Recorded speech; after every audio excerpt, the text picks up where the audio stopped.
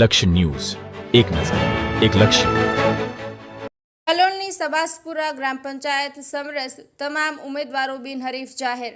કલોલ ગ્રામ પંચાયતની ચૂંટણી યોજાવાની છે ત્યારે સબાસપુર ગ્રામ પંચાયત સમરસ બની હતી. અહીં સરપંચ સહિતના સભ્યો બિનહરીફ ચૂંટાઈ આવ્યા હતા. તેના પગલે કલોલ તાલુકામાં આવેલા 6 ગ્રામ પંચાયતો અત્યાર સુધી સમરસ બની છે.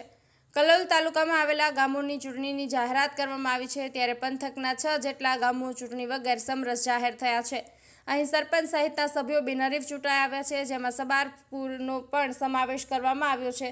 સબાસપુર ગ્રામ પંચાયત સમરસ બની હતી. અહીં સરપંચ સહિત સભ્યો બિનહરીફ ચૂંટાઈ આવ્યા હતા, જેમાં સરપંચ તરીકે ઠાકોર અલ્કેશજી કચરાજી તથા સભ્યોમાં ઠાકોર મુકેશજી કાંતિજી તથા ઠાકોર સુરેશજી અંબારામ તથા ઠાકોર કાજોલબેન અનિલજી તથા દેસાઈ કાનજીભાઈ કાળાભાઈ અને ઠાકોર રોહિતજી જયંતિભાઈ, ઠાકોર મુન્નીબેન કલ્પેશજી, ઠાકોર શકરીબેન કાળાજી અને બેંકર નિરુલતાબેન ગોવિંદ સભ્યો તરીકે બિનહરીફ ચૂંટાઈ આવ્યા હતા. ગ્રામ પંચાયત સમરસ થતાં ગામમાં ખુશીની લહેર છવાઈ છે. ત્યારે કલોલ પંથકમાં આવેલા રાંચરડા તથા ઈસંડ અને હિંમતપુરા વેડા તથા નાસમેદ તથા ભાવપુરા ગામોનો સમાવેશ થાય છે. લક્ષ્ય ન્યૂઝ, સંજય નાયક. રોલ. હું ઠાકોર અલ્કેશજી કચરાજી ગામ સબાસપુરમાં સરપંચની ઉમેદવારી નોંધાયેલી હતી. તેમજ ગામના દરેક સમાજ સાથે મળીને ભાઈઓ બહેનો મને સમરસ સાથ સહકાર આપીને મને સમરસ જાહેર કરેલ છે. તે બદલ હું ગામનો ખૂબ ખૂબ આભાર માનું છું. તેમજ ગામના દરેક પ્રશ્નો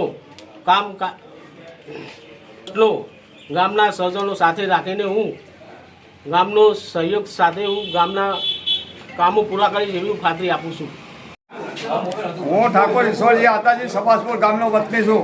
અમારા ગામમાં ગ્રામ પંચાયતની ચૂંટણી આવેલી, એમાં અમારા અલ્કેશભાઈ ઠાકોર ઊભા રહેલા અને અત્યારે એમને અમે ગામના તમામ આગેવાનો, તમામ સમાજના લોકો ભેગા મળી અલ્કેશભાઈના બિનહરીફ જાહેર કરેલા છે.